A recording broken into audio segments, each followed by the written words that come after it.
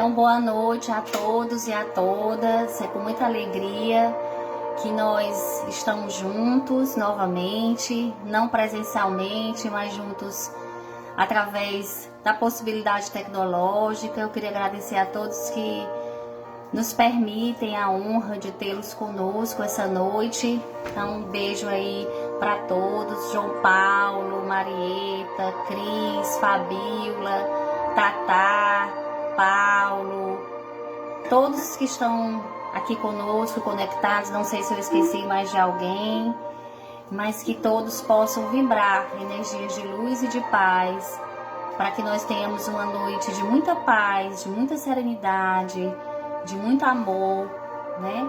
E eu gostaria muito de dedicar a palestra de hoje a todos os nossos irmãos acometidos da Covid, a todos os nossos irmãos desencarnados também, as famílias que estão em luto nesse momento tão difícil que nós atravessamos, né? Por isso que hoje eu coloquei a música de Maria de Nazaré, a Senhora da Luz, a Mãe de Jesus e a Mãe de todos nós, para que a gente possa conectar essa energia tão sublime, tão amorosa, porque nesses momentos difíceis a gente precisa muito de um colo de mãe. Então eu queria que cada um de vocês que está aqui essa noite se colocasse bem, sentindo mesmo o colo de Maria, o afago de Maria, o amor de Maria. Então pode se colocar como filho nessa noite, filho dessa mãe que com certeza nesse momento abraça toda a humanidade. Juliano, seja muito bem-vindo, obrigada pela sua presença e a de todos que estão aqui nessa noite. Como nós já demos um tempinho para começar, né, eu queria iniciar lendo a mensagem de Meimei, nossa querida Meimei. A mensagem de hoje é exercício da fraternidade. Gente, vocês estão me ouvindo direitinho? Tá tudo bem o som? Coloquem ok, se tiver ok.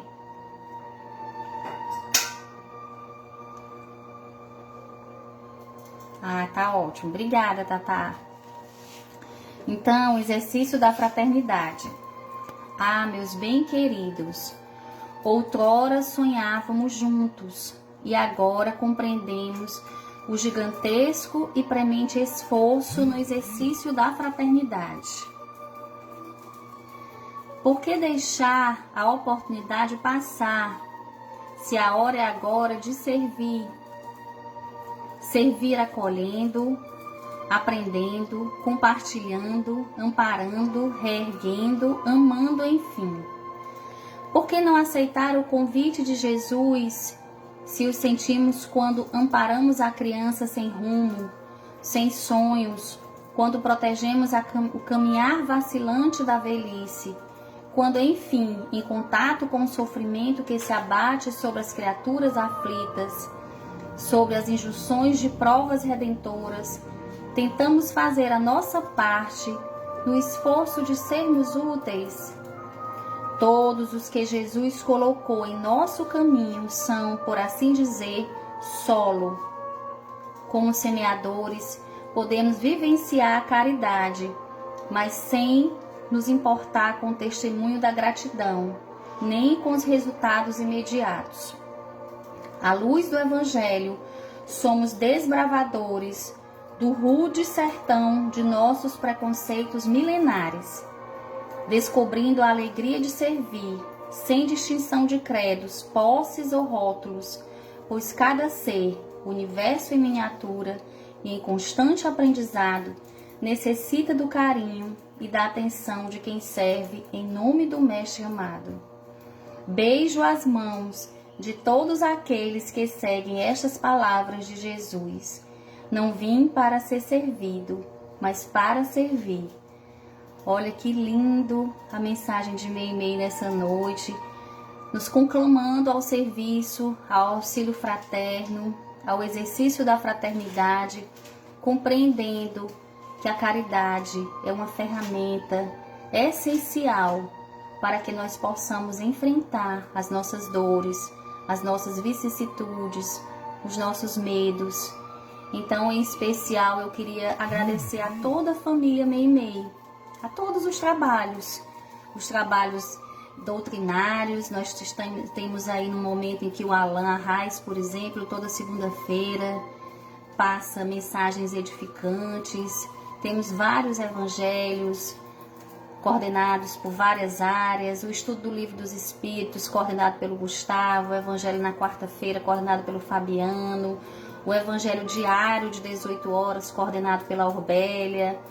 Temos os estudos do seu Fernando, né, que são vários estudos durante a semana. Temos o trabalho da Ciranda do Amor. Beijo aos meus amigos da Ciranda do Amor, que eu amo tanto. Temos o trabalho das Irmãs em Cristo, né, do programa Família, que agora virou PSIS, Programa de Saúde Integral do Ser, que agora acontece aos sábados, 8h30 da manhã. Então, além do Evangelho, aos sábados, 8h30 da manhã, nós temos a irradiação, né, vamos ter agora as terapias. Então, vejam que coisa linda, todos os trabalhadores de Meimei, de todas as formas, estão se desdobrando para que a casa não pare, né? Para que as coisas continuem, para que o serviço de amparo, o serviço de auxílio não esmoreça diante das dificuldades, diante das vicissitudes que nós estamos atravessando. E esta é a mensagem de Meimei nesta noite, para que em meio às tempestades, em meio ao mar revolto, né, os sofrimentos e as aflições, que nós aceitemos o convite de Jesus, que é o convite de servir, sem esperar nada em troca, como a tia Meimei coloca aqui, sem se importar com o testemunho da gratidão ou com os resultados imediatos. Servir por amor, servir por vocação, entendendo que este é o nosso destino. Né? Então, hoje nós ficamos com essa mensagem linda de tia Meimei para iniciarmos a nossa palestra. Que na verdade, gente, não é uma palestra, eu sempre digo, é um bate-papo, é uma conversa, é uma partilha, né, que a gente vai ter. Hoje um assunto muito importante que eu acredito para as casas espíritas, que é a questão do diálogo fraterno. É no momento onde nós temos tanto sofrimento, tantas pessoas de luto, tantas pessoas em depressão, tantas pessoas em isolamento, em solidão. O diálogo fraterno, ele se transforma realmente numa ferramenta terapêutica que auxilia a todos aqueles que precisam de uma escuta qualificada, que necessitam de um consolo, que necessitam de um acolhimento. Então, por isso que eu escolhi esse tema dessa noite, porque eu acho muito importante as casas espíritas ampliarem, né, o diálogo fraterno dentro do seu processo, em todas as suas atividades, e se possível em mais de um dia na semana, para que todos aqueles que procuram a nossa casa possam ser recebidos, acolhidos com amor, né? Porque para isso nós existimos, para atendermos as pessoas com amor, para consolar, para apresentar essa doutrina tão linda e tão consoladora a corações que muitas vezes perderam a esperança. Então, por isso que nós escolhemos o diálogo fraterno como tema desta noite. E nós vamos começar introduzindo que o diálogo fraterno, ele é uma orientação da própria FEB, da Federação Espírita Brasileira, né? A própria FEB, ela estabelece dentro das suas diretrizes que o atendimento a todos os que procuram a casa espírita deve ser feito com orientação, com ajuda e com consolação. Então, a própria FEB nos orienta para que o diálogo fraterno seja uma ferramenta introduzida dentro, né, das ações da casa espírita. E a partir dessa perspectiva, né, que era uma própria orientação da FEB, o que seria, né, o diálogo fraterno? Nós vamos ter a base hoje do estudo a partir desse livro, Atendimento Fraterno. Quem não leu, eu aconselho a leitura. Esse livro, ele é a partir das orientações, né, de Joana de Ângeles, de Divaldo Franco. É um projeto feito pela Mansão do Caminho, pela equipe da Mansão do Caminho, lá de Divaldo Franco, muito bem elaborado. Inclusive aqui tem estudos de caso, aqui tem orientações de como deve se portar o trabalhador do diálogo fraterno. né? Então, assim, existe toda uma técnica, existe todo um processo que precisa ser feito. Não é simplesmente receber a pessoa, não é simplesmente uma conversa. O diálogo fraterno, ele é uma escuta qualitativa, né? Ele pressupõe, através de um diálogo espontâneo, confidencial e privativo, acolher a todos aqueles que procuram a nossa casa em sofrimento, em dor, necessitando de uma palavra de esperança. E a Joana de Ângeles começa falando do diálogo fraterno, colocando como exemplo primordial Jesus Cristo, que Joana destaca como terapeuta de excelência, né? Então, eu vou ler uma partezinha aqui desse outro livro que nós estamos até estudando, né, Tatá? No Evangelho aos Sábados, Jesus e a Atualidade. Gente, esse livro eu já li 2 vezes, já estou lendo a 3ª vez. É realmente um manual de orientação para várias situações que nós enfrentamos na nossa vida. Jesus e a Atualidade. E aqui neste livro, a primeira parte, ela vai falar que Jesus, ele foi um psicoterapeuta por excelência. Jesus era um profundo conhecedor da psique, penetrava com segurança nos refolhos do indivíduo e descobria as causas reais das aflições que o inconsciente de cada um procurava escamotear, não se permitindo derivativos nem adiamentos.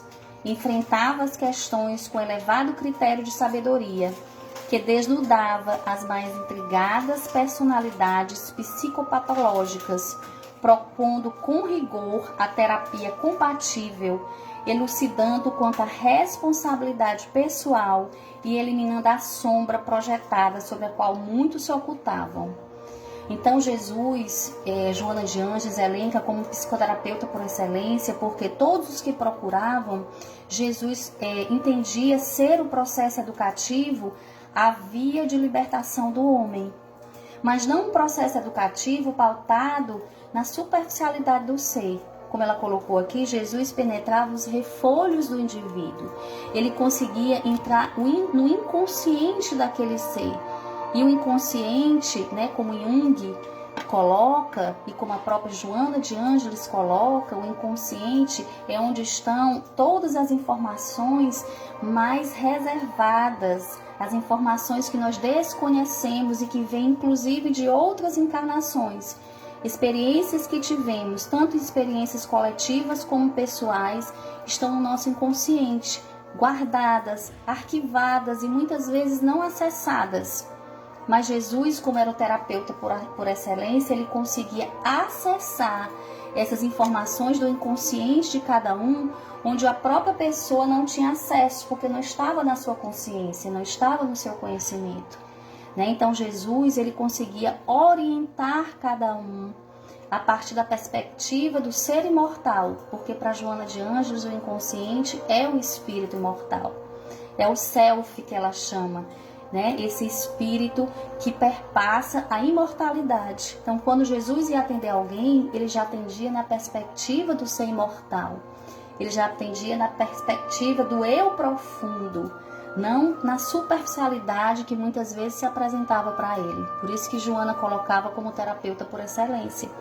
Então, ele era um profundo conhecedor da psique humana. Muitas pessoas não sabem dessa postura, né, de Jesus como um educador, como realmente um terapeuta, né, que conseguia orientar com profundidade. É por isso que os evangelhos do Cristo, eles são tão terapêuticos, né? Então, o evangelho, ele traz, se você começar a ler o evangelho do Cristo, você vai perceber a profundidade das parábolas, a profundidade das mensagens que o Cristo colocava. Não era simples, porque ele utilizava das parábolas para poder adentrar, né, no inconsciente de cada um. As parábolas, elas eram exatamente esses símbolos que Jesus utilizava para conseguir conectar o nosso eu profundo. Então, ele não utilizava uma metodologia banal, ele não utilizava uma metodologia simplória, ele utilizava o simbólico, ele utilizava o imaginário, porque a linguagem do inconsciente é o simbólico, a linguagem do inconsciente é o imaginário. Por isso que é tão importante a arte, por isso que é tão importante a arte-terapia, porque muitas vezes a gente não consegue expressar através do verbo os nossos sentimentos que estão ali arquivados, mas a arte potencializa, a arte é uma ferramenta eficiente, por isso que Jesus também era um arte-educador. Ele conseguia, através das parábolas, que é uma ferramenta de arte-educação, sensibilizar as pessoas e conectá-las com o seu eu profundo. Então nós começamos essa palestra de hoje, amparadas por esse conhecimento de Jesus, né? Percebendo que a grande terapia e a grande ferramenta do diálogo fraterno é o Evangelho do Cristo. Quanto mais você se apropriar do Evangelho, quanto mais você aprofundar o estudo do Evangelho e trazê-lo para a sua prática, trazê-lo para a sua essência, para a sua realidade e tentá-lo colocá-lo em prática, com certeza você vai estar ativando, né, dentro de você energias benevolentes. Você vai estar trabalhando traumas, recalques, complexos, né, porque Jesus ele penetra profundo. Então, a primeira recomendação da palestra de hoje é termos o Evangelho como a grande terapia. A Evangelho-terapia é a terapia que alcança o espírito, é a terapia que alcança a profundidade do eu.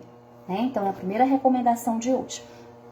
E outra dica que eu dou para vocês no livro Refletindo a Alma, na página 305, a Joana, ela vai nos colocar, esse livro é muito, muito interessante.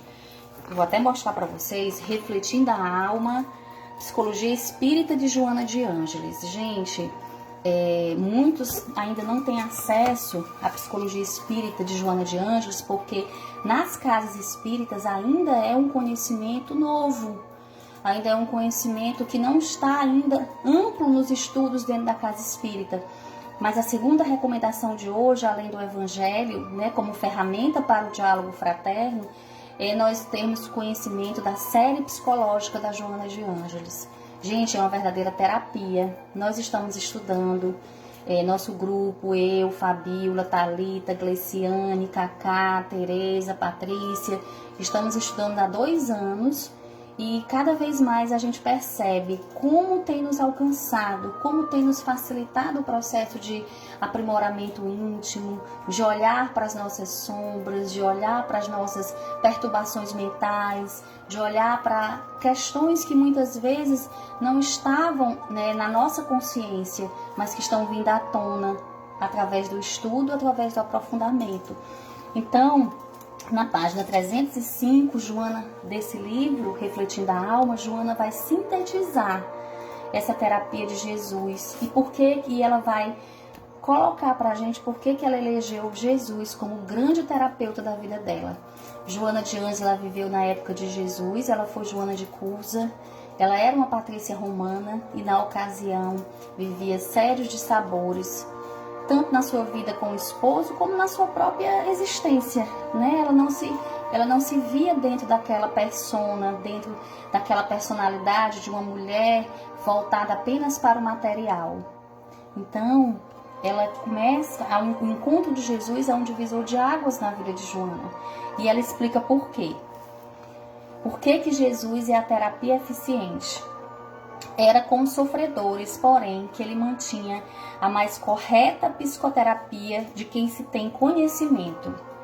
Não recorria aos sonhos de seus pacientes para descobrir-lhes o inconsciente, os seus arquivos, as suas sombras psicológicas. Não administrava os medicamentos usuais ou outros de complicadas fórmulas. Não transferia para os seus familiares o peso da culpa, da hereditariedade, dos fatores socioeconômicos. Não fazia que somatizassem os fenômenos desgastantes mediante acusações de qualquer procedência. Amava-os, transmitindo-lhes segurança e auxiliando-os a redescobrirem as potencialidades latentes abandonadas. Olha que coisa linda!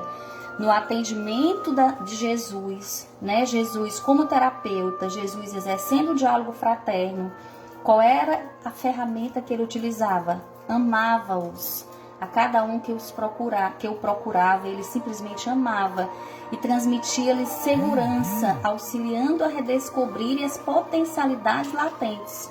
Ou seja, aquilo que não estava na consciência, aquilo que estava obscuro, aquilo que estava arquivado, aquilo que estava guardado, Jesus, através do seu processo educativo, fazia o ser reflexionar e vir à tona. Despertava neles uma visão nova da existência, amparando-os naquele instante, não porém impedindo que prosseguissem conforme o desejassem. Então, Jesus, dentro da sua proposta de ser um atendente fraterno, de ser um trabalhador, né, do diálogo fraterno, de ser um psicoterapeuta, de ser um terapeuta por excelência, Jesus, ele amava a todos aqueles que atendia. Essa era a condição primordial para que Jesus pudesse atender. Ele não fazia distinção, ele não tinha privilégios e ele sempre exercitava o processo de reflexionar a realidade profunda. Então, por isso que Joana disse que a melhor técnica é a de Jesus, porque muitas vezes a gente vai atender alguém, a gente vai acolher alguém e a gente vai acolher por acolher. A gente não ampara, a gente não mostra o nosso amor, a gente não mostra o interesse pelaquela pessoa, a gente não demonstra a nossa compaixão, a nossa empatia. E Jesus demonstrava tudo isso, isso era essencial no atendimento do mestre, né? E Kardec também, no livro Viagem Espírita, eu achei tão lindo, não é tão bom quando a gente estuda com a palestra que a gente descobre coisas. Kardec, ele vem colocar o atendimento fraterno como essencial dentro da casa espírita. Nesse livro, Viagem Espírita, é um livro que Kardec escrevia, até agradecendo o Alain, que as lives do Alain são fantásticas, porque nos ensinam muito, e Kardec, nas férias, ele sempre viajava para divulgar a doutrina. E dentro dessas viagens, ele fez esse livro, que é Viagem Espírita, né? E aí, dentro desse livro, ele colocou uma parte específica para o atendimento fraterno. Coloca, em primeira instância, o consolo, que é preciso oferecer aos que sofrem.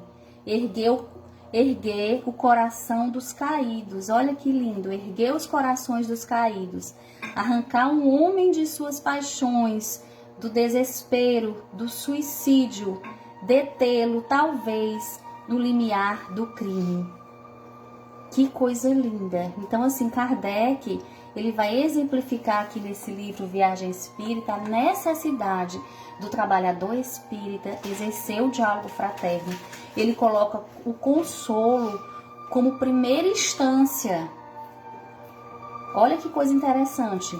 Ele coloca o consolo aos necessitados, aos que estão em desespero, aos que buscam a nossa casa como primeira instância do trabalhador espírita. Mais até do que o estudo, e Kardec era professor. Kardec colocava sempre a ênfase nos estudos para que a pessoa pudesse exercer a fé raciocinada. Mas aqui ele vai colocar como primeira instância o consolo aos aflitos. Então nós temos aqui em Jesus, o grande psicoterapeuta, e em Kardec, né, toda uma base para que a gente possa ter realmente o diálogo fraterno como essencial dentro das casas espíritas. Então não é uma tarefa por uma tarefa, é uma recomendação de Jesus, é uma recomendação da FEB, é uma recomendação de Joana de Ângeles, é uma recomendação de Kardec, o codificador. Tá? Então nós temos todo um embasamento, uma justificativa dessa atividade tão essencial dentro da casa espírita, né? E no Evangelho, segundo o Espiritismo, o capítulo 6, se você for ver o capítulo 6, nós temos o jugo leve, que é o Cristo Consolador, e eu vou ler só uma partezinha de qual era a proposta do Mestre. Sou o grande médico das almas, e venho vos trazer o remédio que deve curá-las. Os fracos, os sofredores e os doentes são meus filhos prediletos e venho salvá-los. Olha que coisa linda. Ou seja, os fracos, os sofredores e os doentes são aqueles a quem Jesus denota maior atenção. Vinde, pois, a mim, todos vós que sofreis, e que estáis sobrecarregados, e serei aliviados e consolados. Não procurei a lures, a força e a consolação, porque o mundo não os pode dar. Deus fez aos vossos corações um apelo supremo pelo Espiritismo. Escutai-o, que a impiedade, a mentira, o erro, a incredulidade sejam extirpados de vossas almas doloridas. São esses os monstros que se saciam do vosso sangue mais puro e que vos ferem quase sempre mortalmente. Que no futuro, humildes e submissos ao Criador, pratiqueis sua divina lei.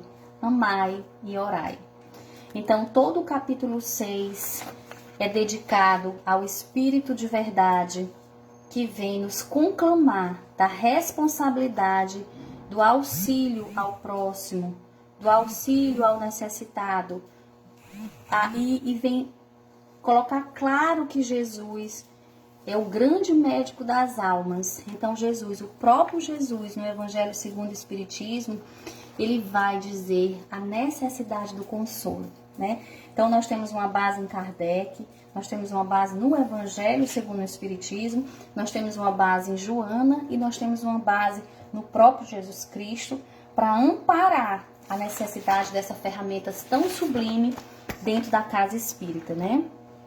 E aí, como já foi colocado aqui, o diálogo fraterno, ele vem colocar a necessidade de atendermos os sofridos e os necessitados.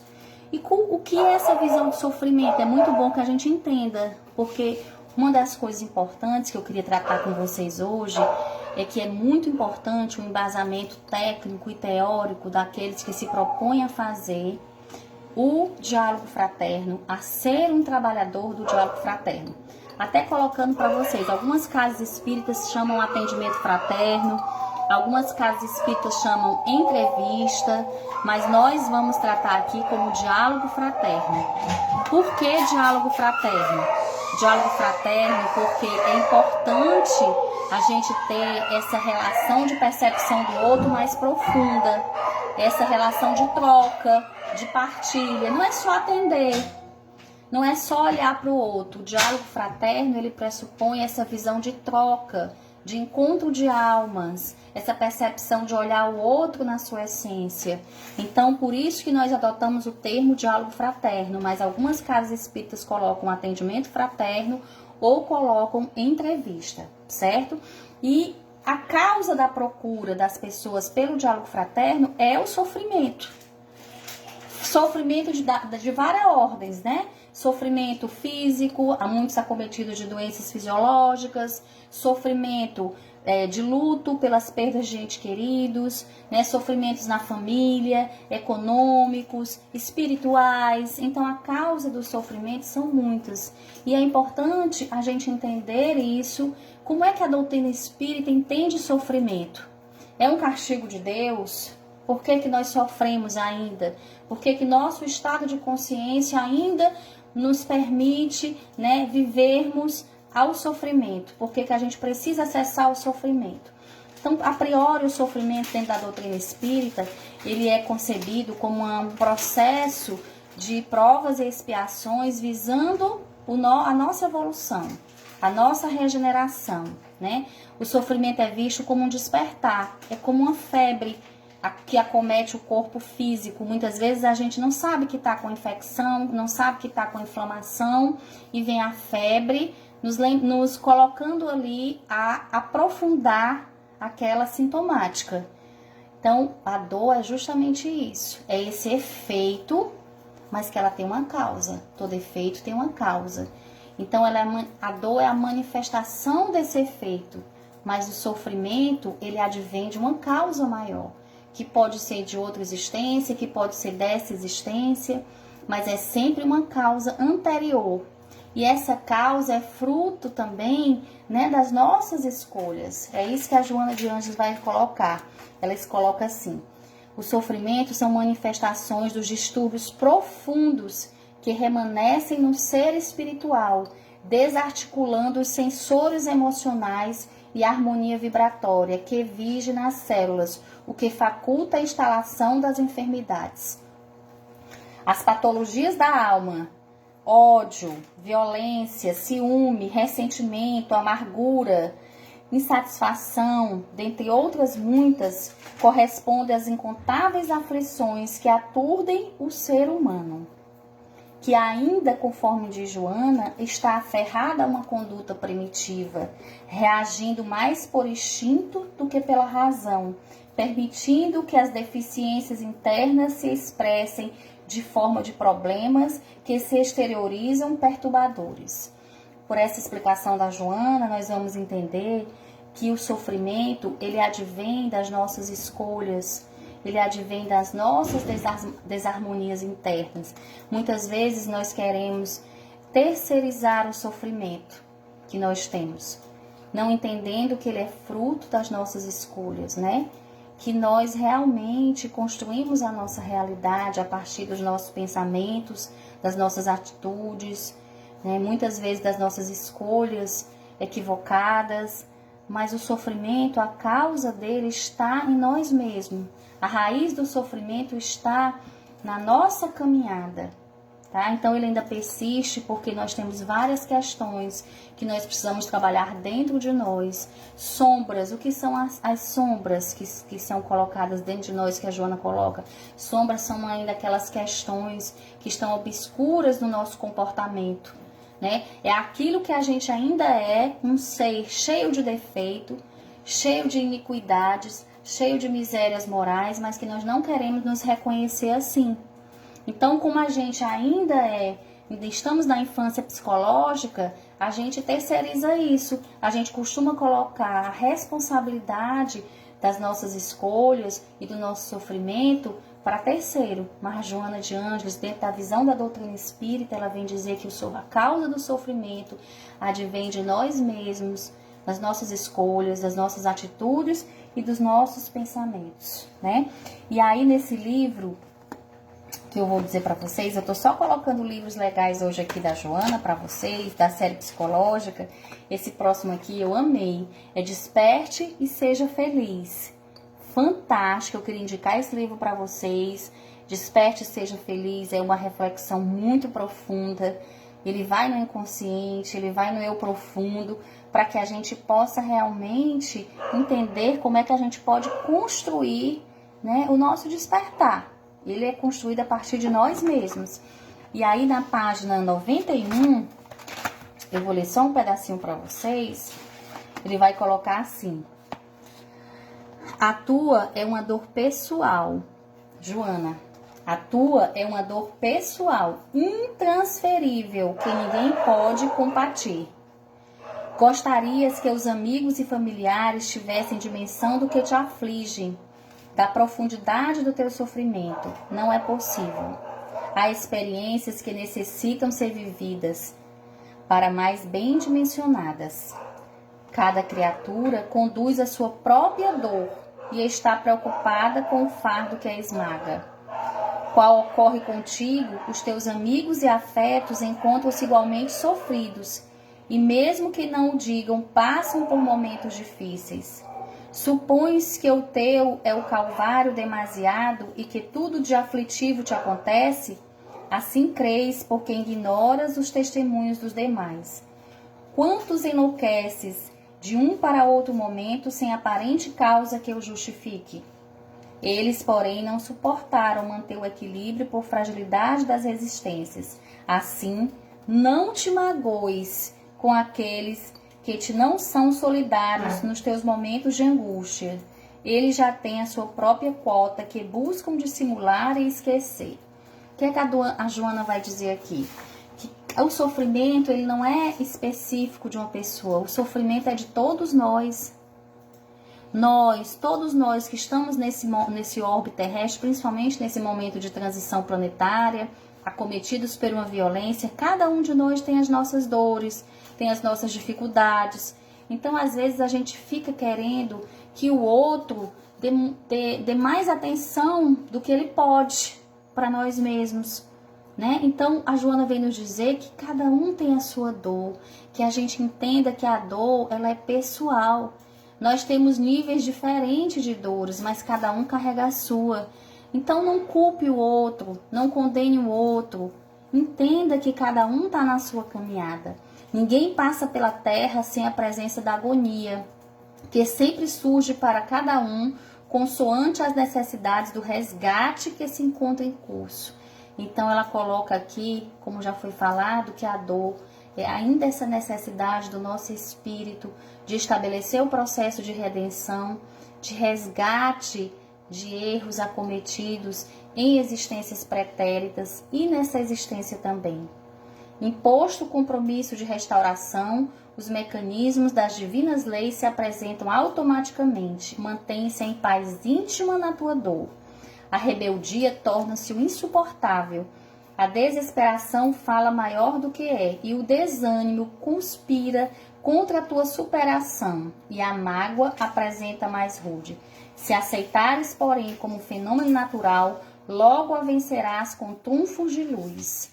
Então ela está colocando aqui que o desânimo, a rebeldia, a mágoa são totalmente contrárias ao enfrentamento dessa dor que é acometida a cada um de nós. Ninguém na Terra passa sem a presença da agonia.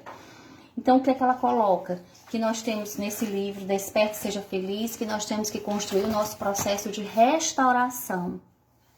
Nós temos que construir o nosso processo de redenção. Nós temos que transmutar a nossa energia, né?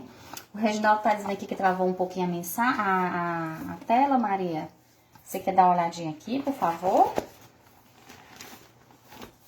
Vocês estão me ouvindo bem? Tá ok? Tá ok, só pra ele. Travou, gente, pra vocês também? Tá travado, Maria. Todos eles estão dizendo. Ok, Valéria? Voltou? Ok, Roberval.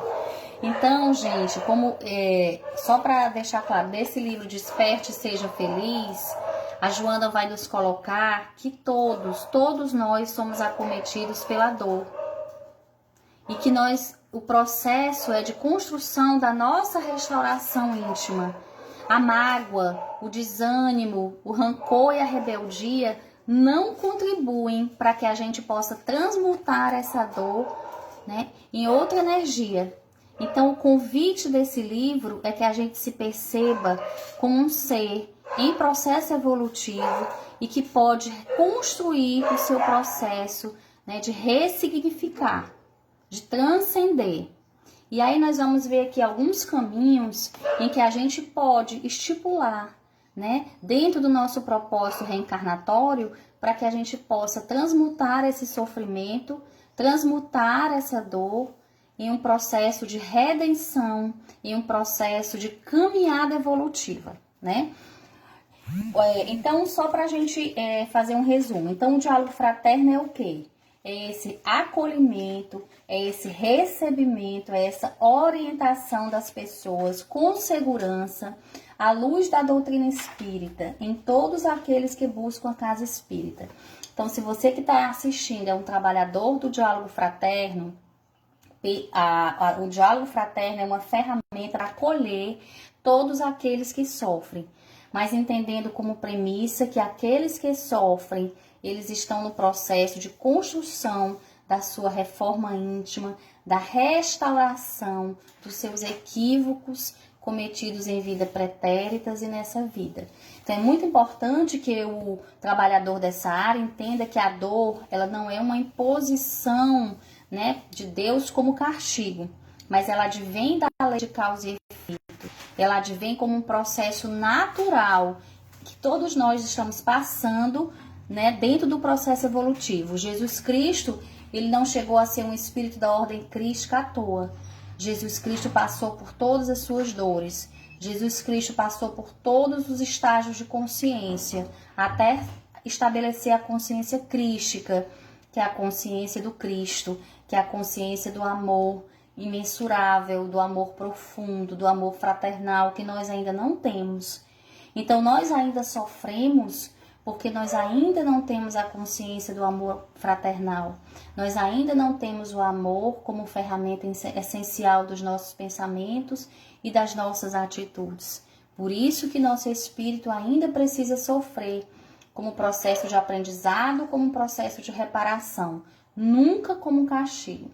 Ainda tem uma outra vertente que eu gosto muito, que a Joana de Anjos coloca, que através do sofrimento nós exercitamos as nossas potencialidades. Isso é tão importante porque quantas vezes nós estamos em situação de desafio e que aí a situação requer de nós um olhar mais profundo e nós começamos a utilizar potencialidades que estavam ali, guardadas, que nós nem sabíamos que tinham, estavam latentes. Então o sofrimento nos suscita a sermos mais criativos, a sermos mais inovadores, a descobrirmos em nós potencialidades que até então ali estavam arquivadas. Então o sofrimento ele tem um propósito também de ativar as nossas potencialidades, de ativar os nossos atributos que nós já temos. Nós temos o atributo do pensamento, nós temos o atributo da inteligência, nós temos o atributo do livre-arbítrio, nós temos o atributo da vontade. E muitas vezes esses atributos não são utilizados em todo o seu potencial. Então é muito importante que a gente entenda que o sofrimento também nos conclama a nós ativarmos potencialidades internas. Quantas vezes nós descobrimos capacidades que até então não sabíamos ter e que quando a dor nos visita, nós somos capazes de colocar em prática esse potencial, né? Então a dor também tem esse aspecto. Mas o diálogo fraterno, ele não se propõe a resolver os desafios, nem as dificuldades, nem eliminar as doenças, nem eliminar os sofrimentos, mas propor ao assistido meios hábeis para a própria recuperação. Olha que interessante, isso aqui é muito importante, porque muitas pessoas vêm à casa espírita achando que vão receber uma solução imediatista para o seu problema.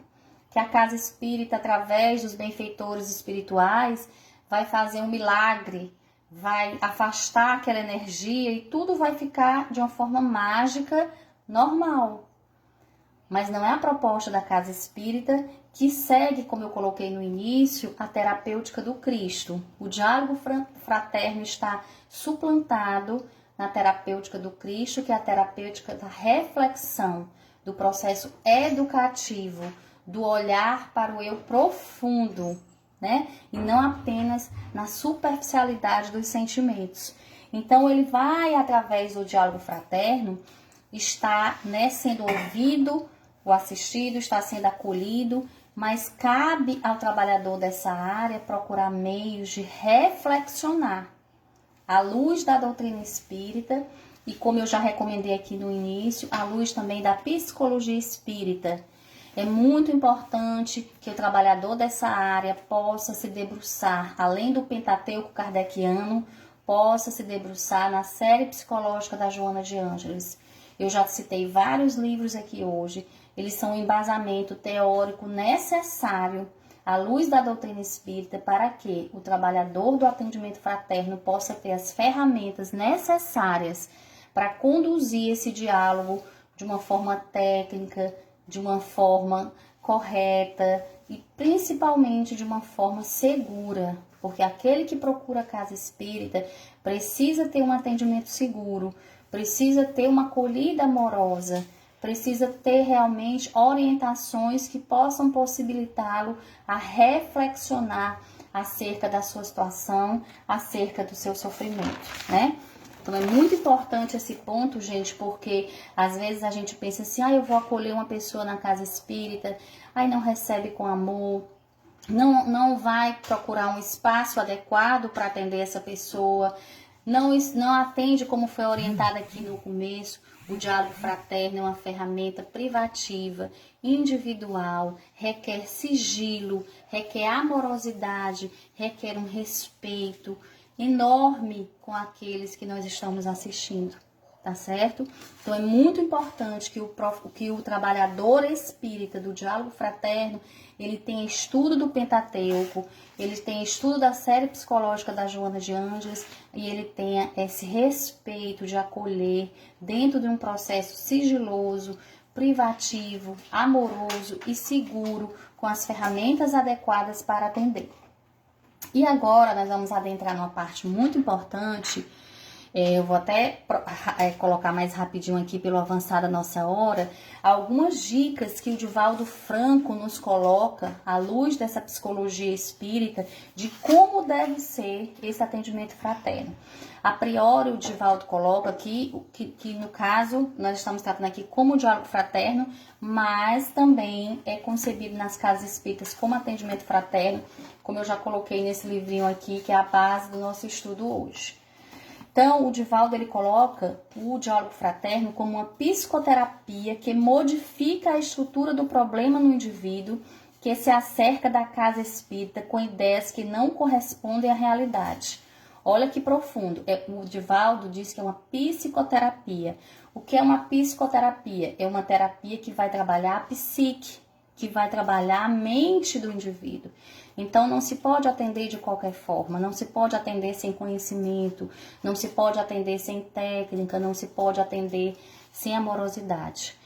Entendam, uma psicoterapia espírita não é uma psicoterapia feita por psicólogos, que também é extremamente importante. Você participar de um diálogo fraterno numa casa espírita não exclui você ter a psicoterapia com o psicólogo, a psicoterapia clínica. Muito pelo contrário. Muitas vezes no diálogo fraterno nós fazemos um encaminhamento para a psicologia clínica, que é da ciência material. Nós estamos falando aqui da psicoterapia espírita, à luz da doutrina espírita, que não exclui os tratamentos médicos e não exclui a psicoterapia clínica da ciência material. É muito importante falar isso. Mas sendo uma psicoterapia também, ela requer que que o trabalhador desta área, ele tenha realmente os recursos e as ferramentas do conhecimento, né, para poder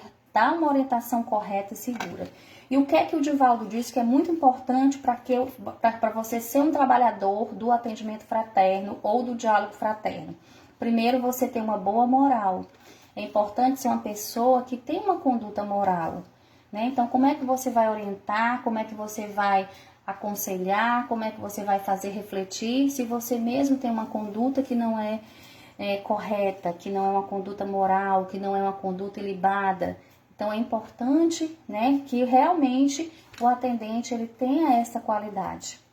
Que seja uma pessoa que tenha a prece como ferramenta, né? Porque a prece é utilizada, inclusive, na hora do diálogo fraterno, porque ela vai trabalhar os canais psíquicos. Quando nós estamos orando, e essa oração ela é muito profunda e reflexiva, nós estamos acionando os nossos canais psíquicos a outra sintonia.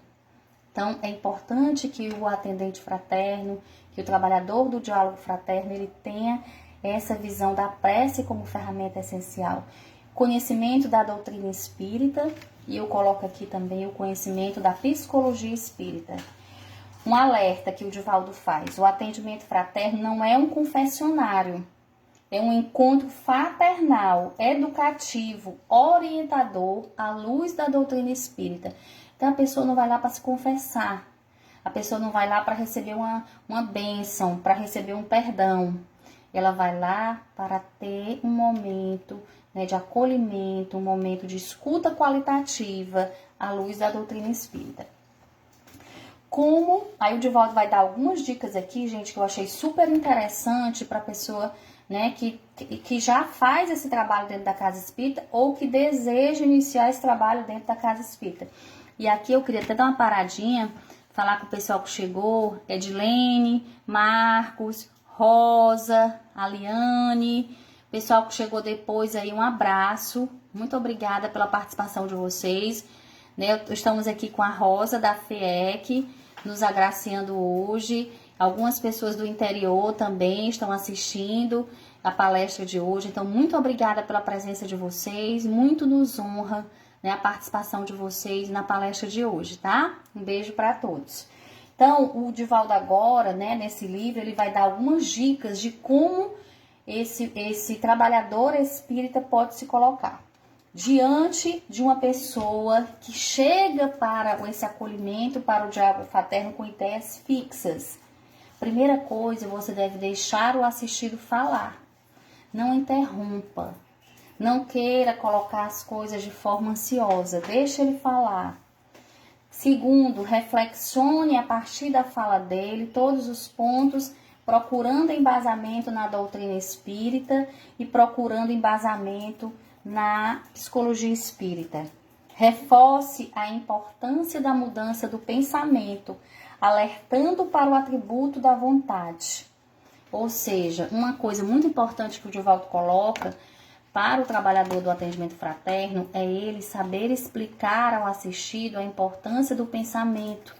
Que nós sabemos, estudando a doutrina, que o pensamento, ele cria realidade, ele plasma a realidade. Então, muitas vezes, o assistido, ele está ali com o foco da sua atenção numa ideia perturbadora, numa ideia constante, que ele não visualiza outras possibilidades.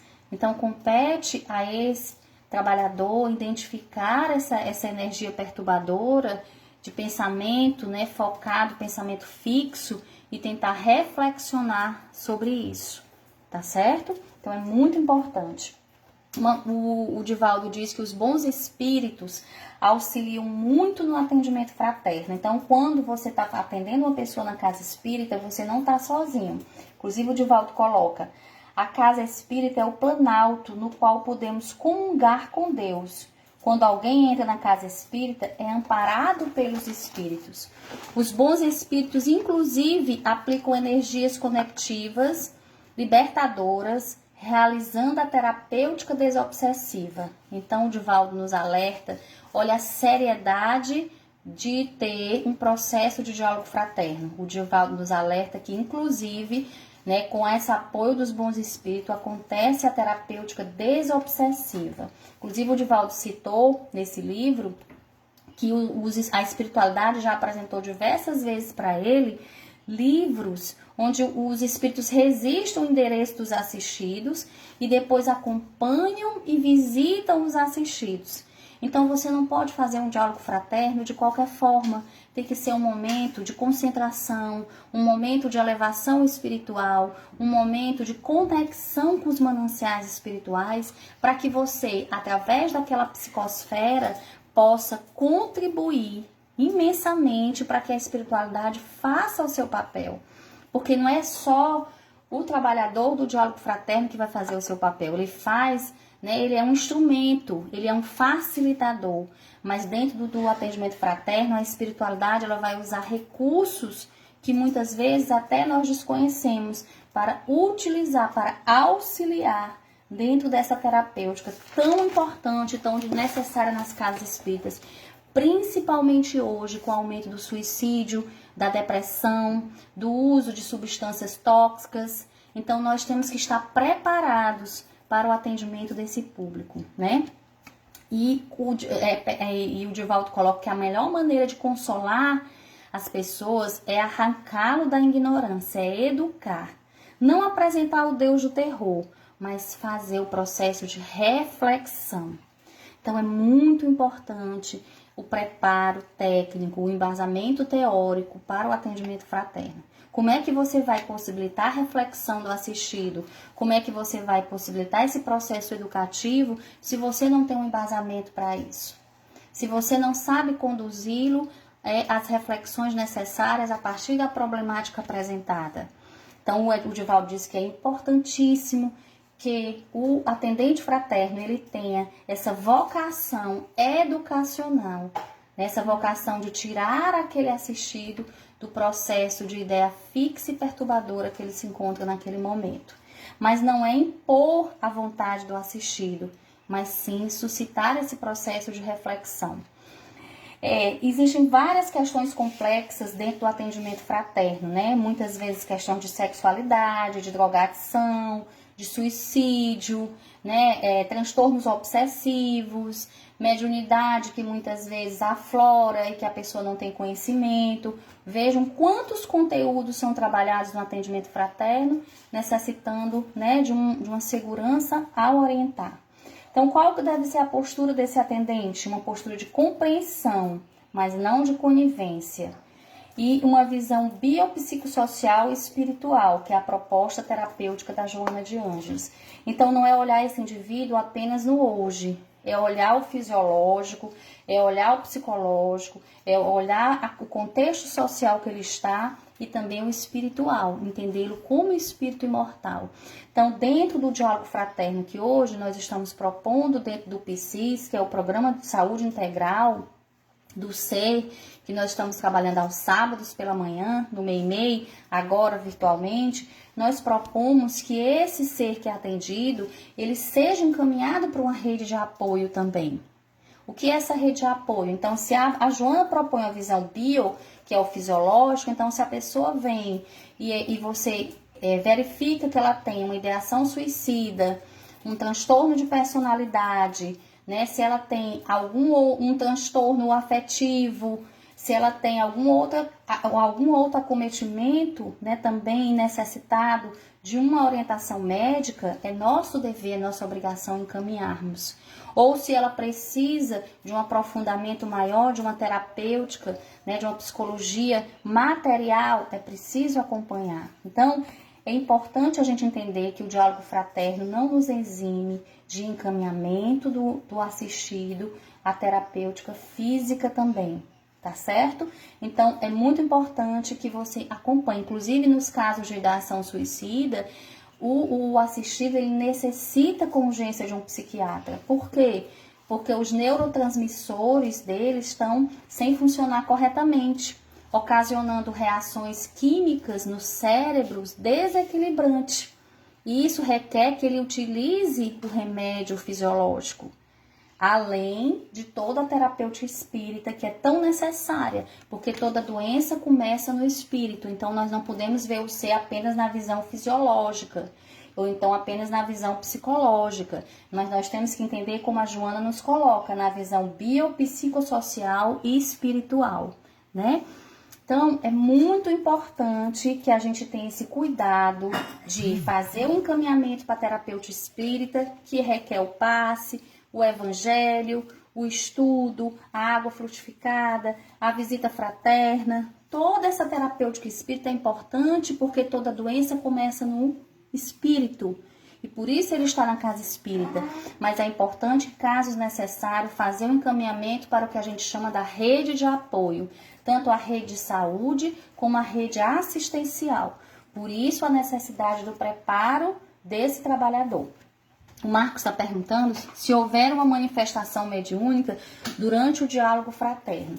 Bem, o Divaldo coloca que não é indicado dentro do diálogo fraterno nós termos manifestação mediúnica. Se isso acontecer, é importante naquele momento que se pare o atendimento para que se possa, né, ser encaminhado para um passe. Por quê? Porque no passe nós sabemos que é uma transmissão de energia magnética e que muitas vezes aquele irmão que está ali querendo, né, se pronunciar, querendo falar, ele é acalmado e afastado. Então, dentro do atendimento fraterno, dentro do diálogo fraterno, não é indicado a manifestação mediúnica. Se isso acontecer, levar o assistido para um local reservado e preferencialmente aplicar um passe, tá certo? Muito, muito boa pergunta, Marcos. Então, pra gente, nós estamos no final, a função do espiritismo não é curar corpos, mas animar o homem a fim de que ele autocure espiritualmente e a saúde seja-lhe uma consequência da transformação moral.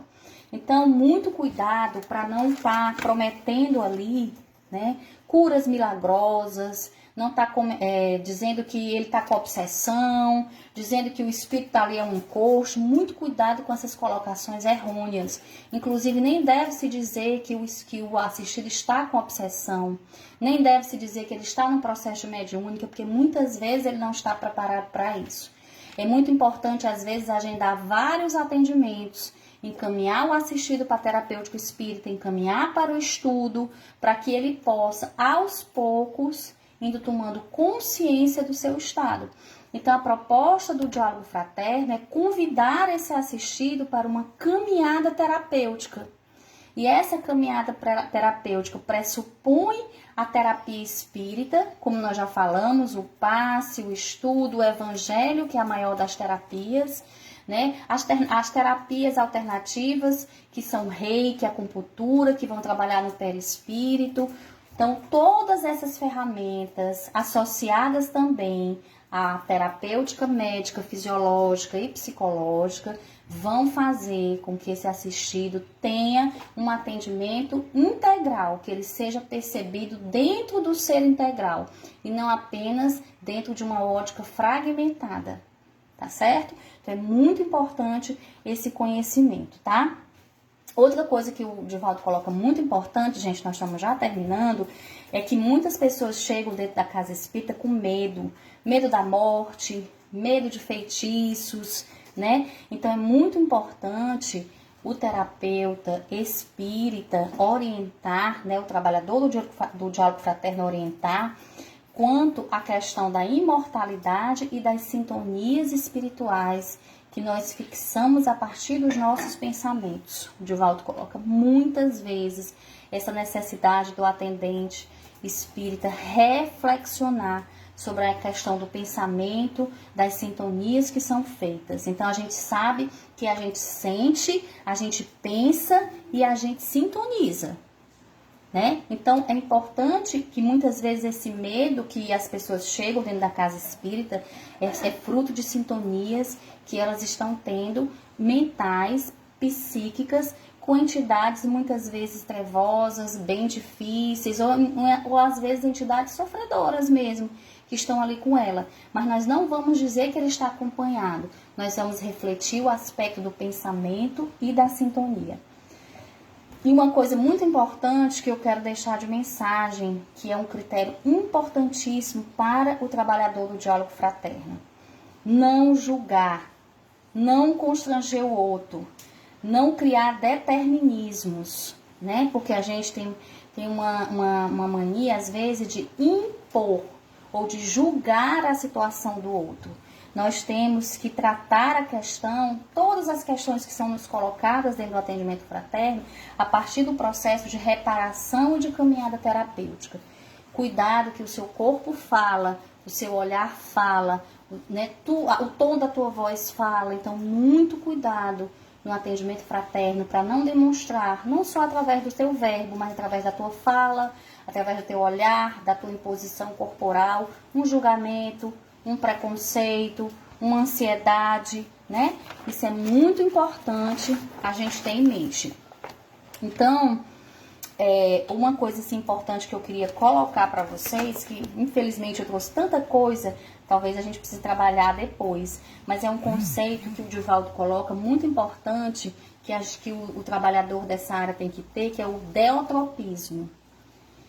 Independente das situações, né, de aflição, de insegurança, as situações difíceis que são nos colocadas no diálogo fraterno, a Joana vem nos colocar também, e o Divaldo reforça muito isso, que existe uma atração natural que cada ser humano tem para a consciência cósmica, que é essa atração para revitalizar o Deus que existe em nós, né, que esse Deus é pleno dentro de nós e nós estamos imersos através do fluido cósmico universal, desse amor de Deus. Então, isso é inevitável. Independente da situação, a gente tem que sempre dar essa noção de esperança, da providência divina, do amparo dos benfeitores espirituais e da presença de Deus sublime dentro de nós, que é o deotropismo. É muito importante que o atendente tenha essa visão e ele saiba passar essa mensagem de esperança, essa mensagem de Deus dentro de nós, vivo, onde nós temos todas as potencialidades e todos os recursos para vencer as vicissitudes da vida, tá? Outro ponto importante que o Divaldo vem nos colocar é a questão que o atendimento fraterno, ele é um recurso dentro da casa espírita, mas que você não perca a oportunidade, quando você se encontrar com um sofredor no trabalho, na rua, de você parar, de você olhar para o outro, de você escutar. E está tão perdido na nossa sociedade hoje, a gente anda atropelando tudo, a gente anda passando por cima de tudo, e a gente muitas vezes não enxerga o outro, o nosso trabalho, a nossa vizinhança, o nosso lar, que está precisando de uma escuta. Então, o Divaldo chama muita atenção a isso. Não utilize essa ferramenta apenas no centro espírita. Claro que no centro espírita ela tem uma outra conotação, como nós já colocamos aqui, de terapêutica espírita. Mas seja você aquele que consola, seja você aquele que ouve, que presta atenção no seu irmão, né? Então é muito importante, principalmente, como o Rafael Barroso está colocando aqui, nesses tempos de isolamento, tem problema de se o atendimento for virtualmente? Não, viu, Rafael?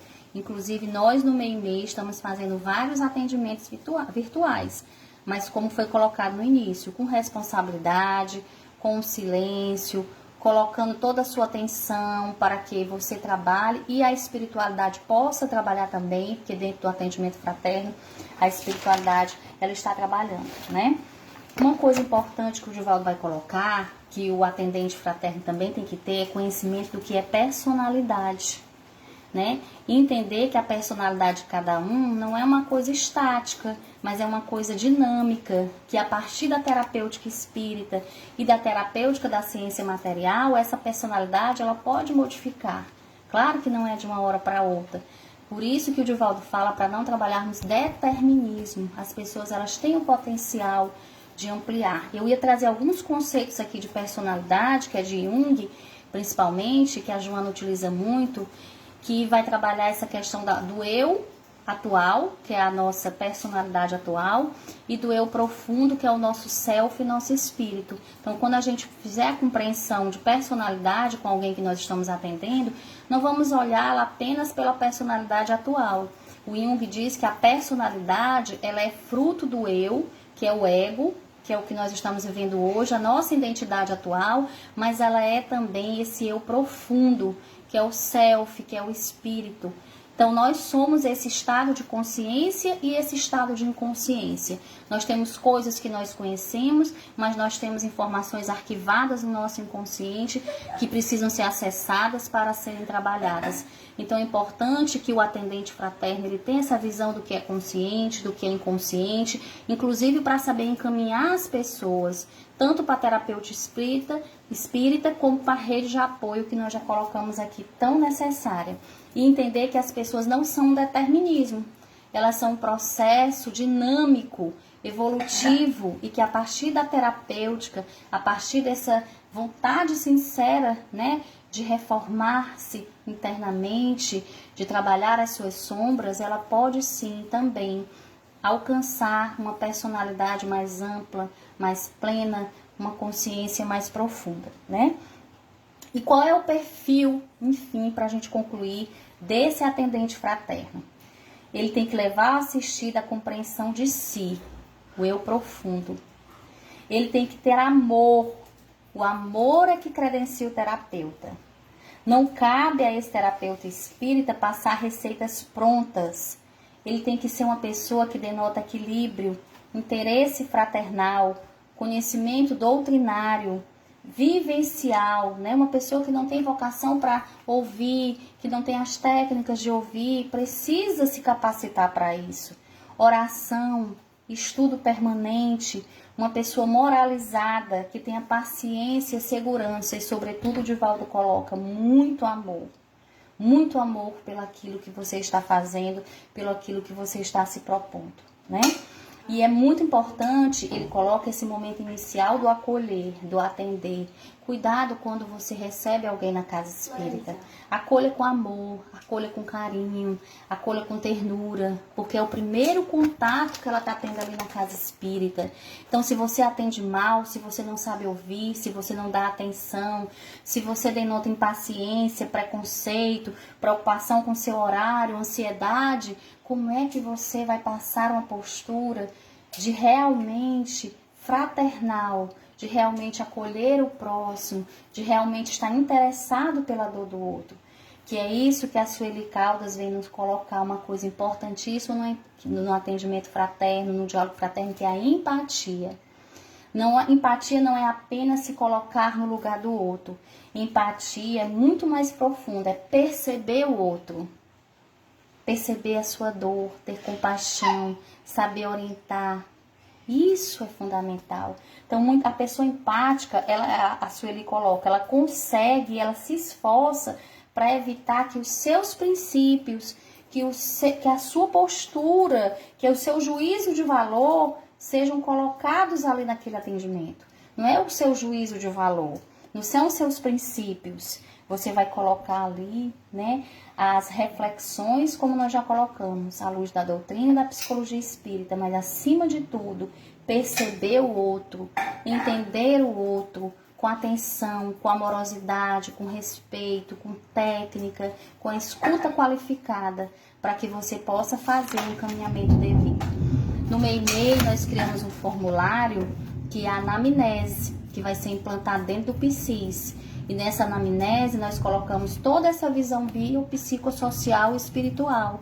Então nós vamos ter nas perguntas iniciais um olhar para o fisiológico, um olhar para o psicológico, um olhar para o social e um olhar para o espiritual.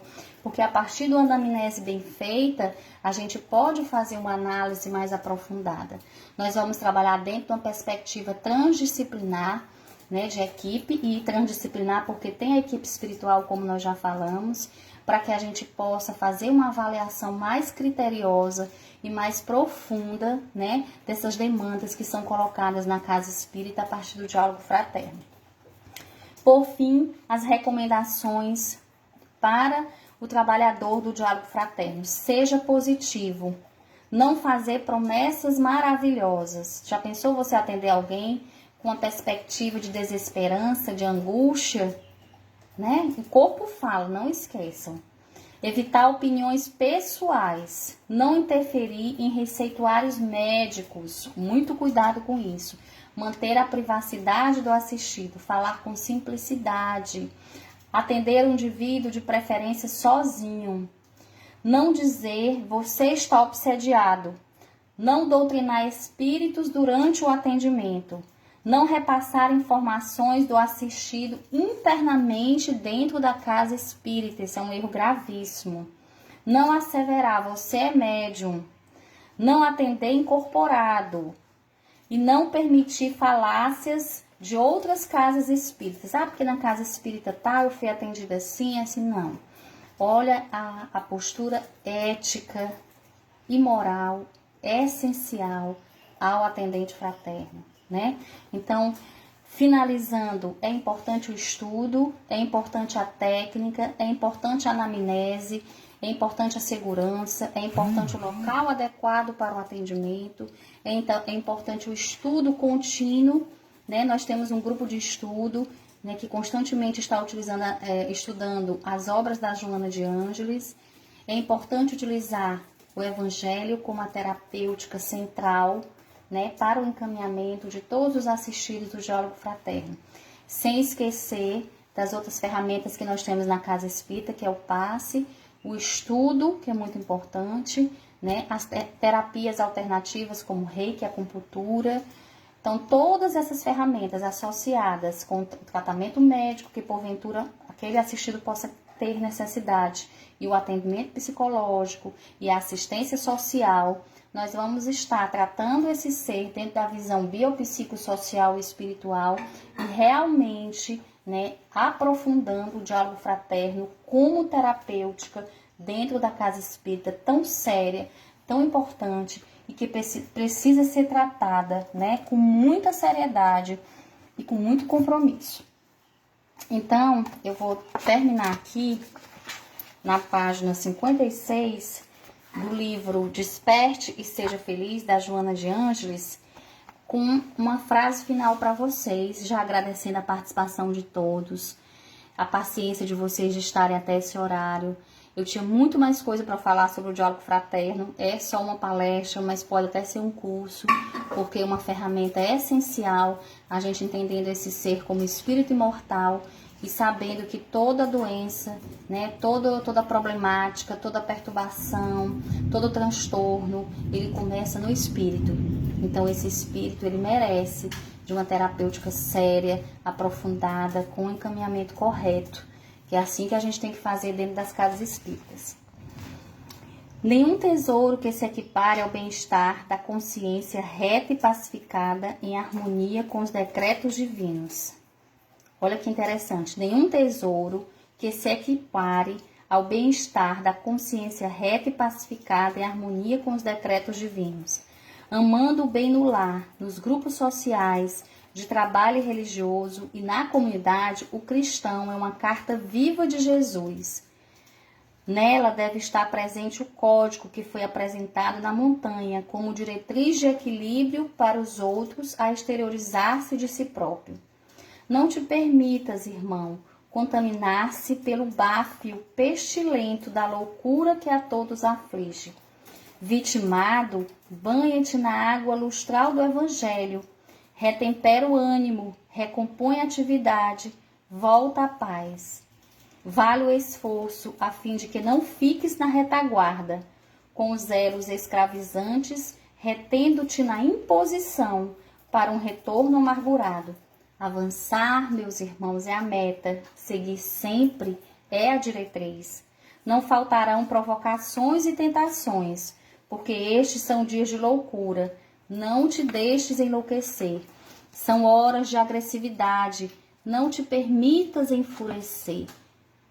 São momentos de tragédia. Não queiras sucumbir nas mãos dos maus por motivos que não se justificam. Sucumbir somente pela glória de serviço a Deus, do irrestrito dever da caridade, na vivência suprema do amor. Ora, mais um pouco, ora, mais um pouco. Vigia, vigia mais, advertido quanto ao rolo compressor que avança inexorável, esmagando os distraídos. Os tempos por fim chegaram, mas te recordas, Jesus está conosco.